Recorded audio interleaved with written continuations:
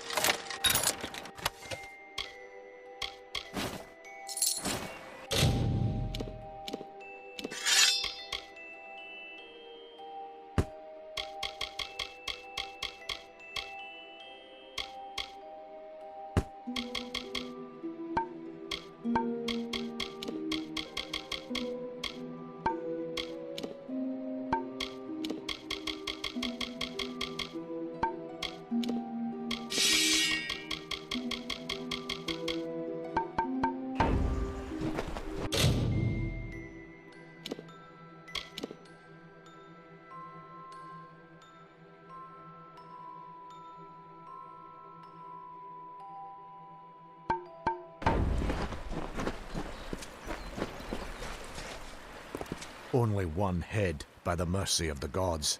I thought my time had come at last. Fate does not seem to hold much stock in my expedition, but it leaves me alive to see its utter failure through to the end. I'm here from Odessa on business. The rest of my expedition was wiped out by the Etin. Can't say I know all that much about the old man, other than he's a fisherman here in Etinmere. He's quite a hospitable man, though. He let me stay here without much question. Their impudence seems tied to their devotion. From what I can tell, a small number of prominent shamans are rallying them. If someone had a head on their shoulders and a blade, then toppling those shaman would help pacify the area. I came here strictly for research purposes. This is not a place many people would come on their own accord. I was leading an expedition to recover a pair of Arathi artifacts, known only as Shine and Shadow. I've spent the last decade researching them. Texts say the artifacts are powerful, but what they can do is never explicitly stated. Regardless, the Templars feel it best to place such items under their guard. But the Etin have hit us hard. And it's said that the artifacts are guarded in Delak by an ancient powerful shaman of their kind. I'm at a loss for what to do. I have not had such good news in some time. My research indicates that the artifacts are somewhere in Delak. It seems they're now a trophy of the Etin. I can promise you this much. Though my expedition was underprepared, it was not underfinanced. A large reward waits for one who finds the artifacts. My research has tracked them to Delak. There is talk of an ancient guardian. From the looks of this place, it's likely some Etin.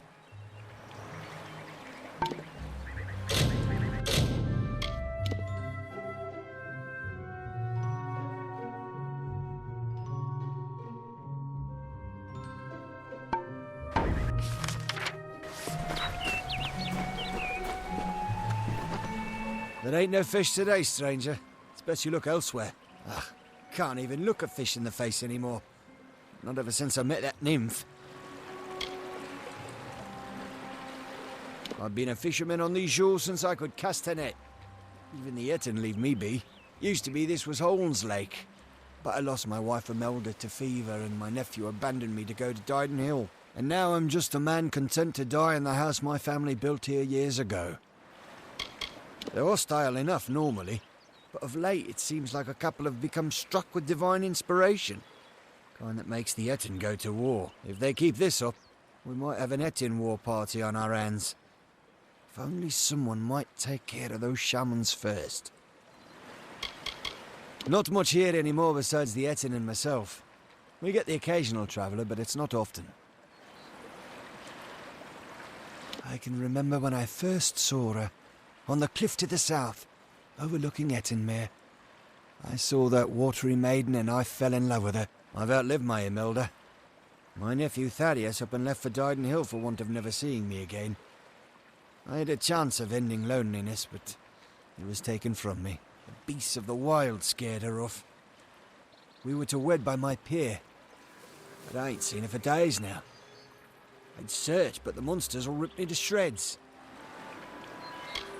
I bet you could indeed, but that's only half of what's needed. You must also find my bride-to-be.